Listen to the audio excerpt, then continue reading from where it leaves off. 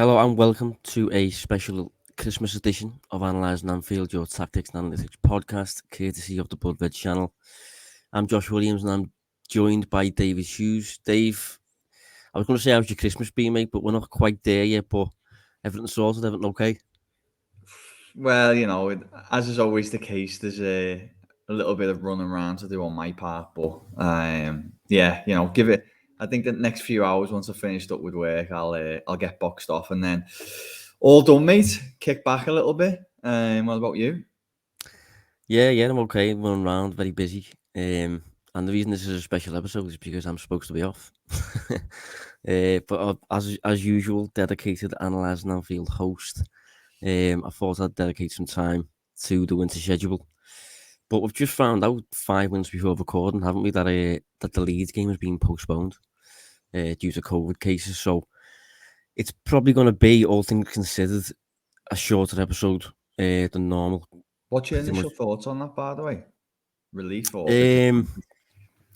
Although I think Liverpool would have dismantled Leeds at the minute, considering how hit their side is by injuries and stuff. I do think it could slightly benefit Liverpool, potentially, considering we've got Leicester on the 28th and Jurgen Klopp notoriously hates that 48-hour turnaround. The only elements about it I don't like is by the time we hit New Year's Day, City could have a 6-point lead over second place. And we just know what happens usually when that's the case. So, have you got any thoughts or? Similar to yourself, I think it was a really good time to play Leeds, wasn't it? Because they've been really poor. Obviously, they've had their own issues in terms of injuries and COVID-related absentees. So it just felt like a good time to play them. And there's no guarantee that when that game gets rescheduled, Leeds are going to be in the same place. No, how many times have we seen it in the past where games are being postponed when it looks nailed on that one result's going to go one way and then everything changes when the next fixture comes around. The only difference is, I think, with Leeds is normally in those situations it might be, say, a manager struggling, not getting a reaction out of his players, more than likely going to face the chop. New manager comes in, bit of a bounce, and becomes a more difficult game.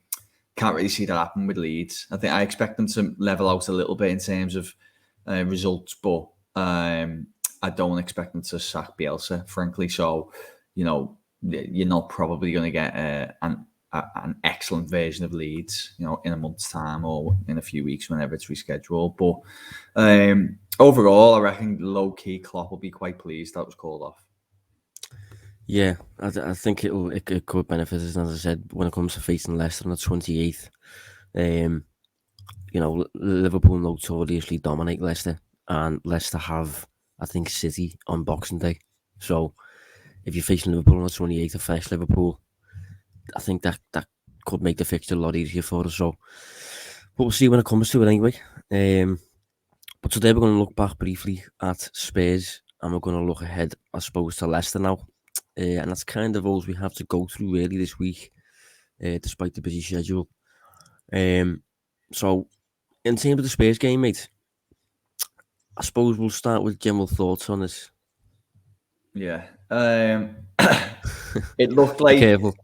I know. No, pre-kickoff team news, it looked as if it did have the potential to be a little bit wild or just something a little bit different because of obviously key players being missing, in that key area, having to bring in, I think it was Morton, wasn't it, who went in there, Tyler Morton instead of Fabinho. So straight away, that's a key area of the pitch, a key area in terms of control, especially. I'm not saying he done poorly, but obviously you losing one of the best in that position across Europe. No Van Dijk as well. So I guess this game had potential to be a little bit chaotic, and it kind of played out like that, I thought. Liverpool probably come away from the game and are quite pleased that it was a draw, given the context of the key players missing. Obviously going down to 10 men. Whether we'll get into the should Tottenham went down to 10 men debate, I don't know. But, if we just talk about the facts for a minute, obviously Liverpool went down to 10 men. I thought Alisson on the day was phenomenal. he obviously made a huge mistake, but everything that come before that was fantastic, kept Liverpool in the game, and Spurs created some really big chances. So on the whole, Josh, I thought it was a point, frustratingly, that Liverpool would probably take. Yeah, I think it was a good example for me of the whole "you're only as good as your players" type mantra that I push quite often. Because it was very much the same system. It was the same tactics and all that sort of stuff. But when you just don't have the same level individuals executing that game, players just make like one or two mistakes here and there. And we saw it last night, in the League Cup. I was at the game and Liverpool played reasonably well, much better than the second half. But in the first half, Leicester didn't really create much themselves, but just 3 mistakes, and it was 3 goals almost. So I think one thing you find when it comes to Jurgen Klopp's game, given how high risk it is, high defensive line, offside trap, pressing high, expansive football, all that. If you instruct a player who's fairly average to try and play in that manner, they might play reasonably well, but as I said, they just make 1 or 2 mistakes, and those mistakes, because of the high risk game, tend to cost you. And I just thought Liverpool played fairly well against Spurs, dominated most of the ball, and I think twice as many shots, although we will get into that because there's context behind that. But just on the defensive side, looked like they could just be sliced open very, very easy. And I must say that I don't think it was too much this time around, at least. I don't think it was too much related to Van Dijk not being there. I thought it was a product of the midfield. And I think in terms of obviously Tyler Morton playing, fair play for Klopp playing him. And I think that was a product of last season, that selection. Because I think last season, Klopp picks a more established player to play as the 6 who maybe isn't a 6. Whereas he learned at the end of the season, didn't he? We had centre-backs there all season. We didn't really use them until the end of the season. And when we did finally use them, although they weren't that great, it just helped the system a bit more. So I think going into the Spurs game, the only available 6 that he had was Tyler Morton. And I think he could have, as I said, jumbled things around and played Milner there or something like that. But I think he's learned from last season and played Tyler Morton there. And I think he did okay, but it was not one of those games where he couldn't possibly have thrived. Fabinho wouldn't. I don't think Fabinho would have looked particularly great in this game because it was like basketball at times, wasn't it? Yeah, I think the ideal environment for him to come in that position, in his natural position, would be a home game against a team like say Newcastle at home or something like that. Just a fixture where it's going to be a little bit more comfortable. You can kind of feel your way through it. And as you said, this game was anything but. It was hectic. At times it was very end to end, chaotic. Just very un-Liverpool like when Liverpool at the best anyway. That is. And that is one of the, I touched on it before, but that's one of the key positions when it comes to control and play, and having someone really established in that area. I feel like you can get away with it a little bit more in different positions, but that one in particular, that number 6 role in 4-3-3, it's really important. Yeah, so if we look at the numbers then, go a little bit deeper into the game. So on the face of it looks like Liverpool have done okay.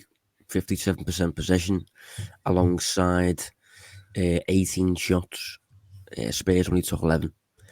But then you go a bit deeper. You look at the expected goals. And the expected goals is quite heavy. Have you seen it, Dave? Yeah, it's by Liverpool standards, expected goals against, it's huge.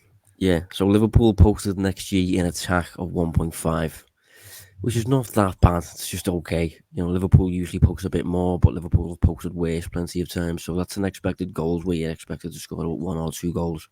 Liverpool obviously scored 2, so not too bad there. But in defence, Liverpool allowed Spurs to generate shots with 3.4 expected goals.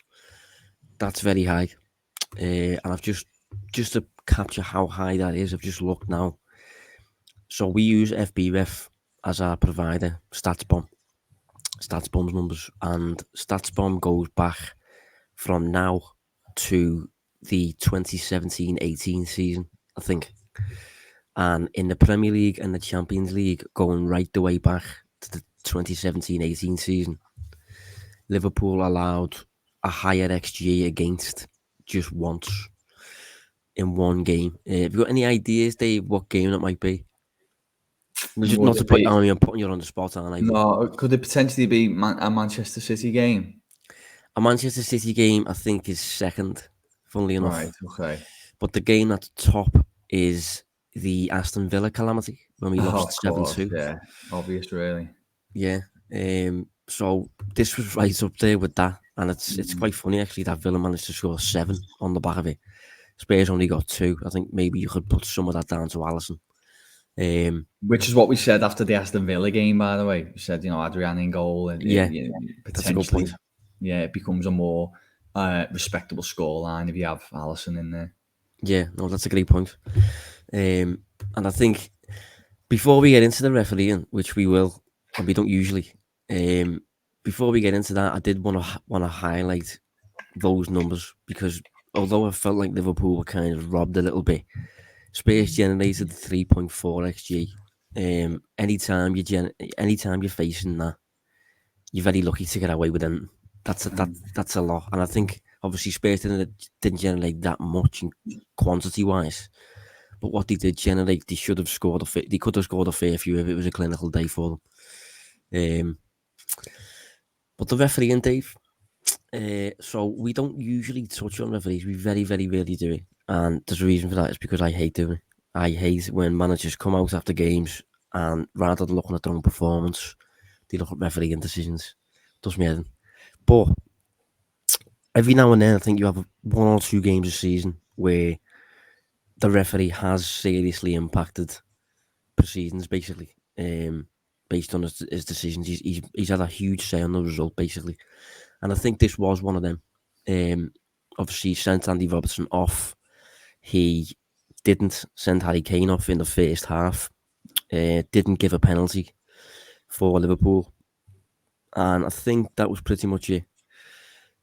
But what were your thoughts on his performance, Dave? Obviously, unbiased perspective, you obviously weren't as emotionally invested as a Liverpool fan was. So, from your perspective, honestly, what was it a bad performance from Paul Tierney? Was it what?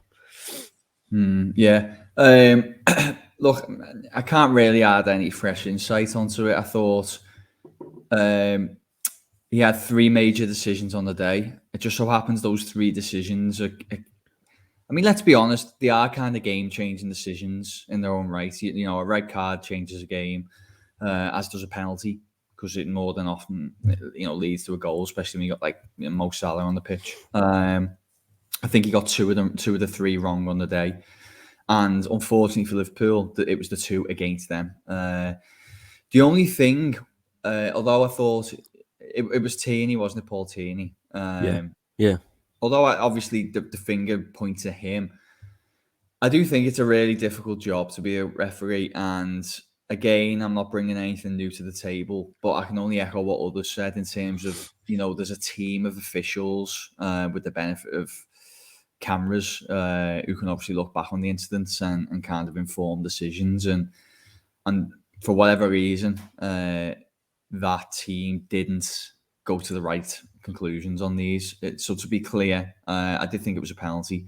And I did think it was a red card. The only thing I would say which I can say from a less emotional place than maybe yourself or others listening, is I don't feel like it was as bad as it's been made out a little bit. I think it was a red card offence. Just the red card was a red card, but the penalty, for example, I've seen them not given this season. I've seen similar. I just think I think there must be grey areas for the officials that make these kind of fouls not like stone walls in their eyes. That maybe we'd be better getting some insight from a referee, but yeah, I'm not as emotional with it. So I'm kind of a bit like, well, we're still seeing stuff like this every week. You could argue that we saw a poor challenge last night on Pereira against Leicester. I can't remember who made it now. It So was Tyler Morton, that, yeah. but Tyler Morton, yeah. That was as bad, but obviously It we're was looking at, probably a red card, mate, yeah. yeah. Would you say it was as bad as?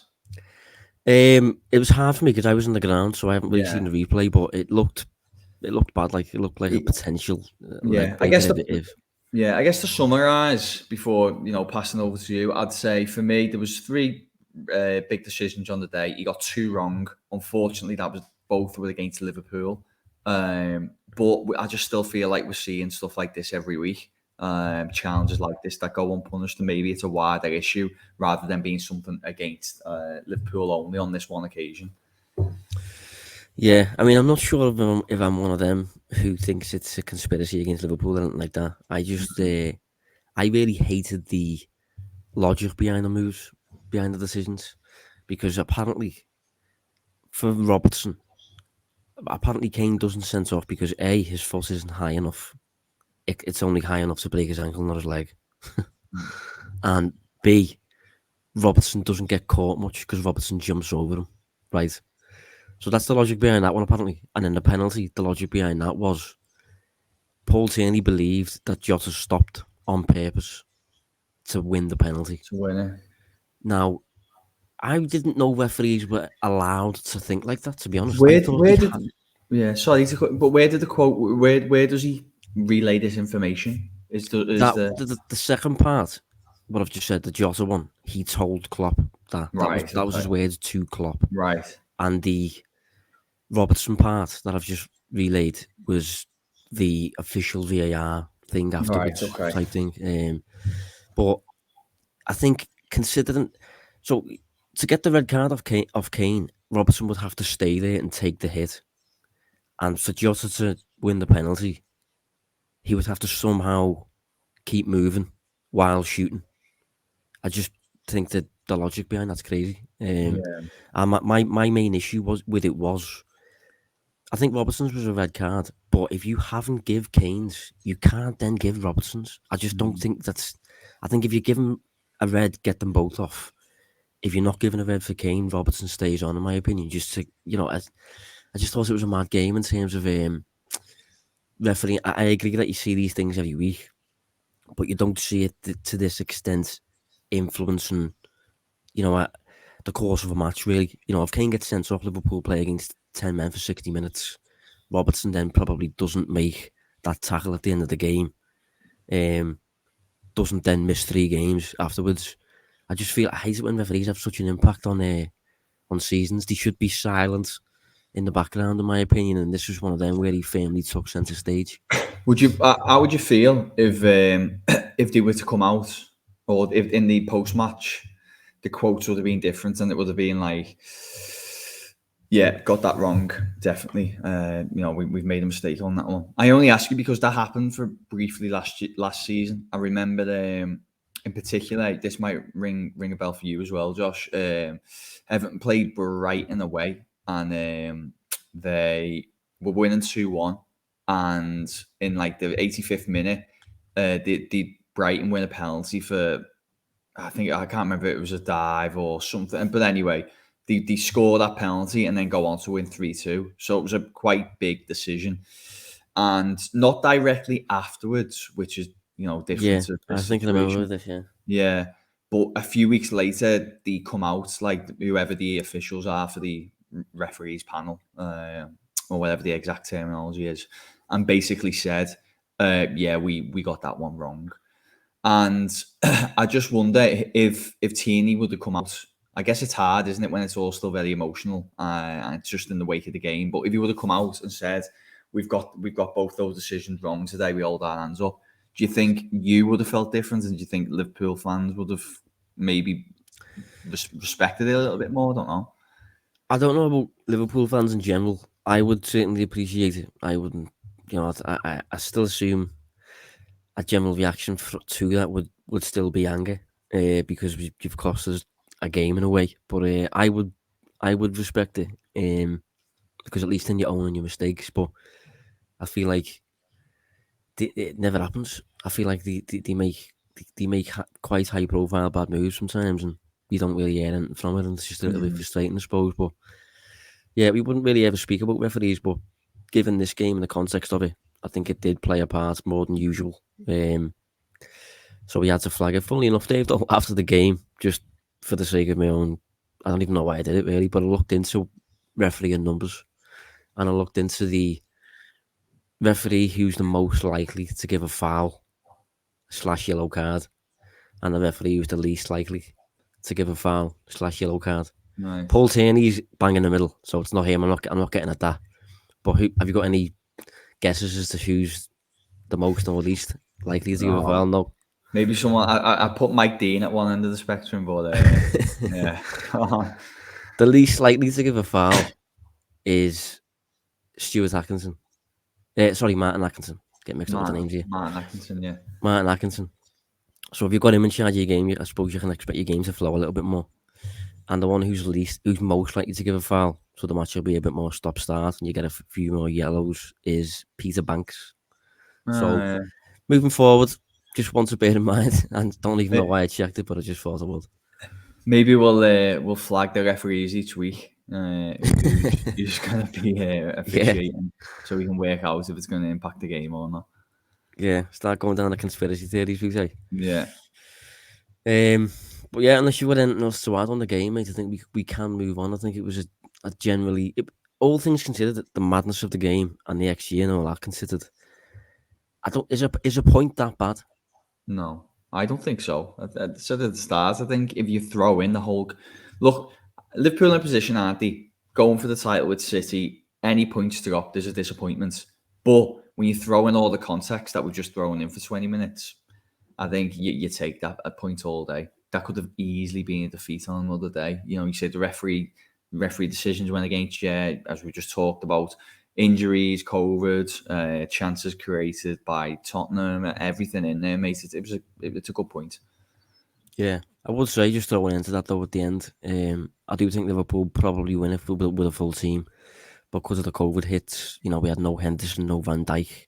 I mean, I know Henderson was ill rather than COVID, I suppose, but the spine of the team, I thought the leadership group of the team was absent. So, yeah, it was a difficult one for Liverpool. We'll move on anyway to the upcoming game with Leicester now on the 28th.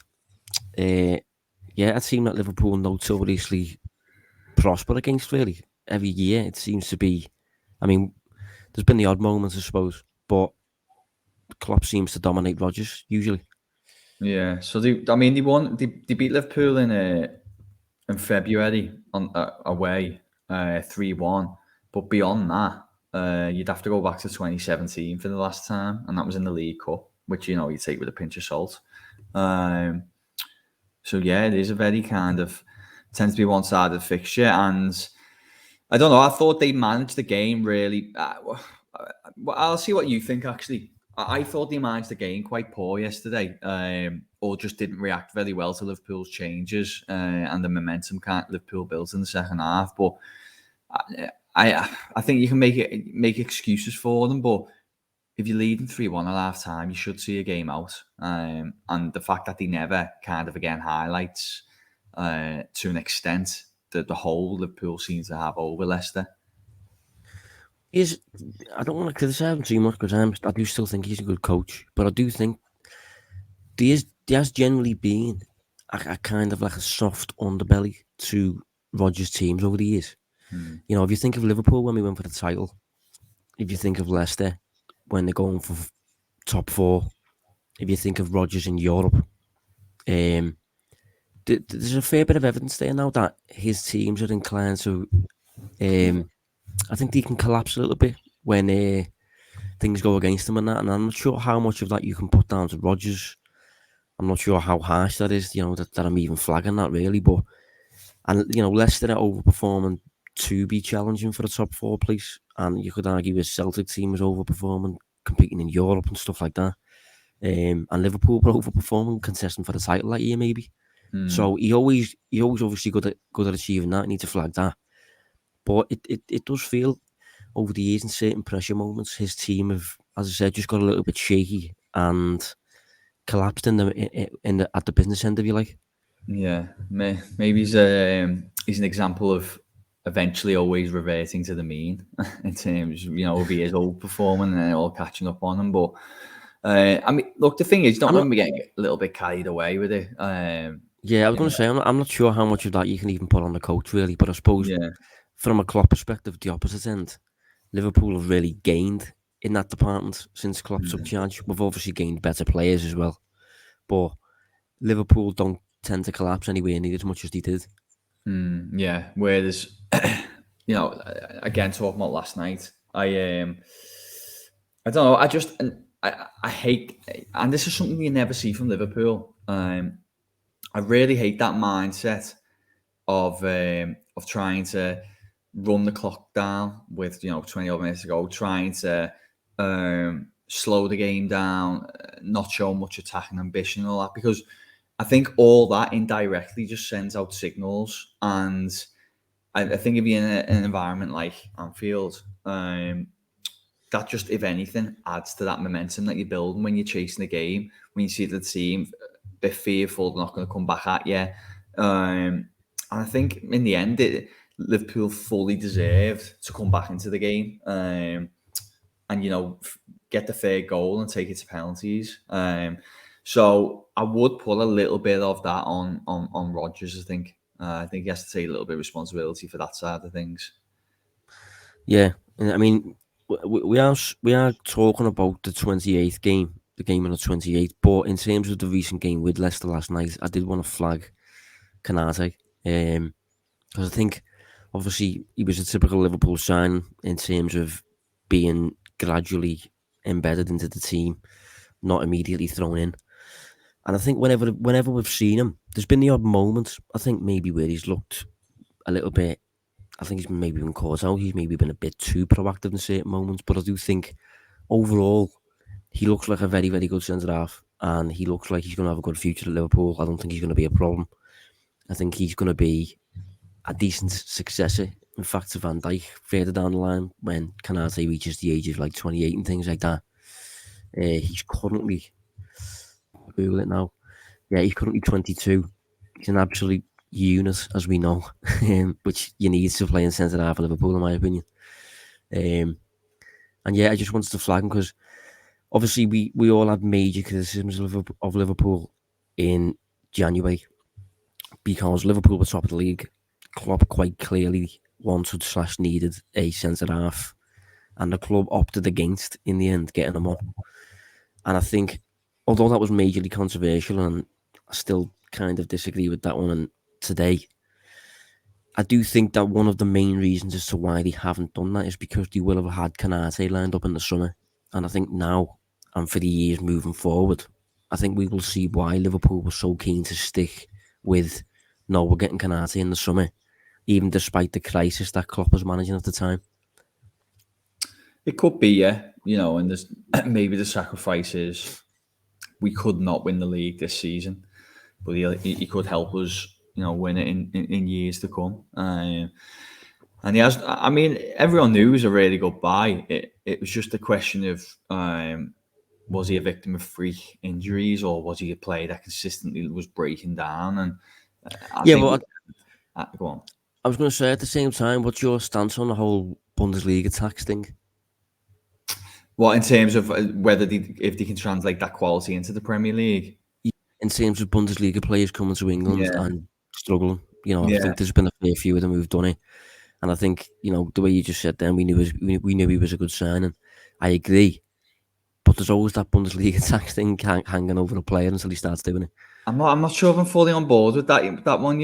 I've seen the term used, and I've saw people try and use examples and do a little bit of analysis on it, but I'm still not 100% sold on it. I'm still a little bit more old school and firmly kind of in the camp of the Bundesliga isn't a bad kind of environment to rear through players before coming to the Premier League. Given what the division's like, and I also think that maybe is a little bit more relevant to the attacking side of the game as opposed to maybe the defensive side. I'm trying. Has there been any major defenders who've come over and struggled off the top of your head?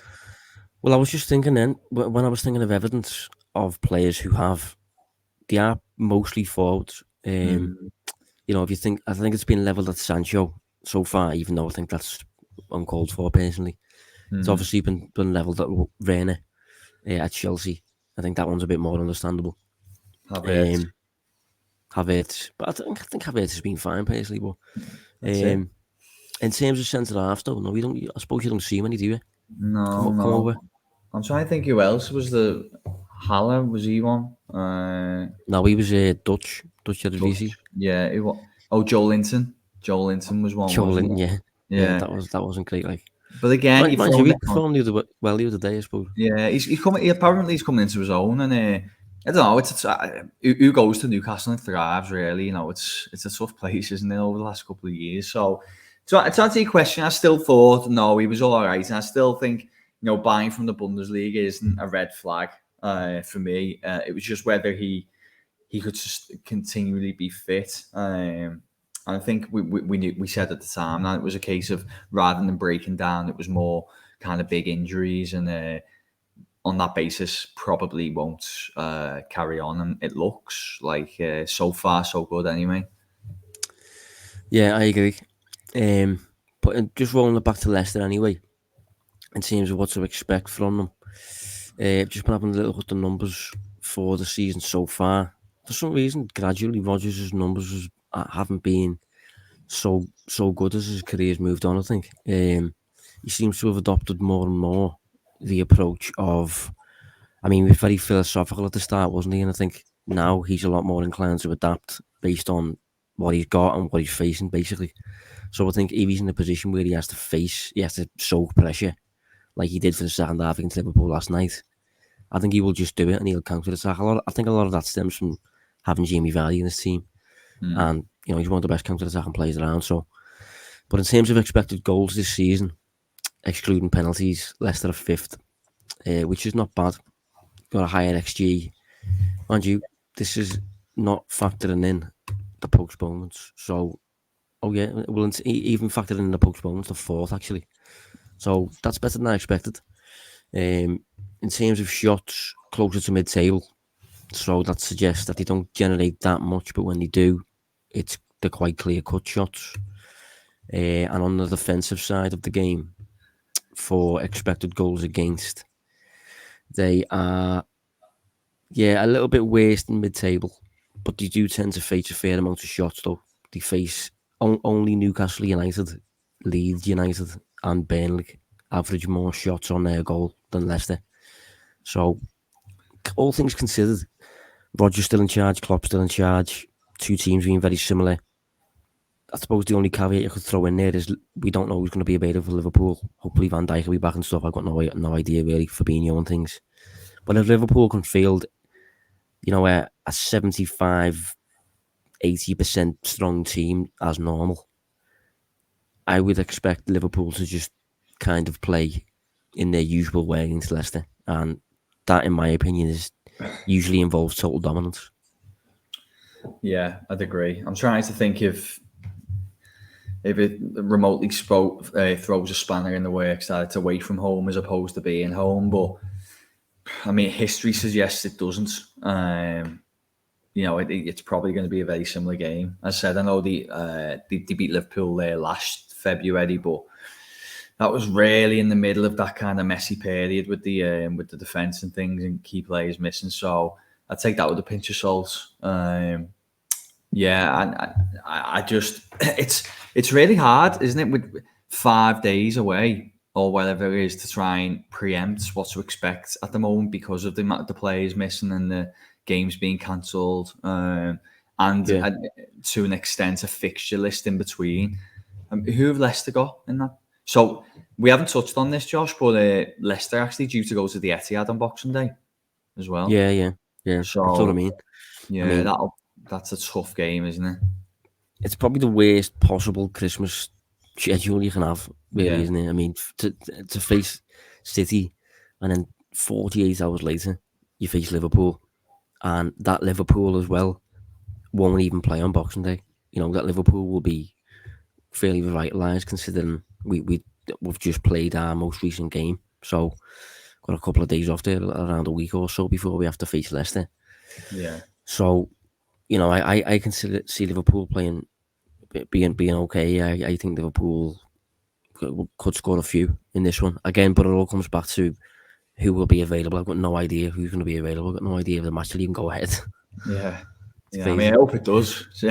Since we talked about it, but yeah, it's really difficult. But you know, from the position we are right now, 5 days before, based on what we know, you'd fancy them, wouldn't you? With again, use that word context, the context of Leicester having to, they've just played at Anfield, they have to go to the Etihad, then take on Liverpool, who've had a break. Everything's kind of pointing towards an away win, in my opinion. Yeah, so we'll do predictions then, mate. So yeah, we'll round up with predictions. Go on. If Liverpool have key players back, specifically like a Fabinho in there, then I expect it to be a more controlled game, and I'd probably go for a 2-0 away win for Liverpool. Given the same circumstances you've just mentioned, I would probably lean towards a 3-0, I think. But I mean, this season, to be fair, Rodgers probably has more counter-attacking weapons at his disposal. He's now got Patson Daka in his team. He's got Adam Lookman there as well, who's caused Liverpool 1 or 2 issues in the past. So I suppose he's maybe a bit more suited to a counter-attacking style, but I still think Liverpool will just pen them in like we have done in previous seasons. I don't see any real reason to suggest that things will be different this time around unless Rodgers has got a bit of a master plan to use.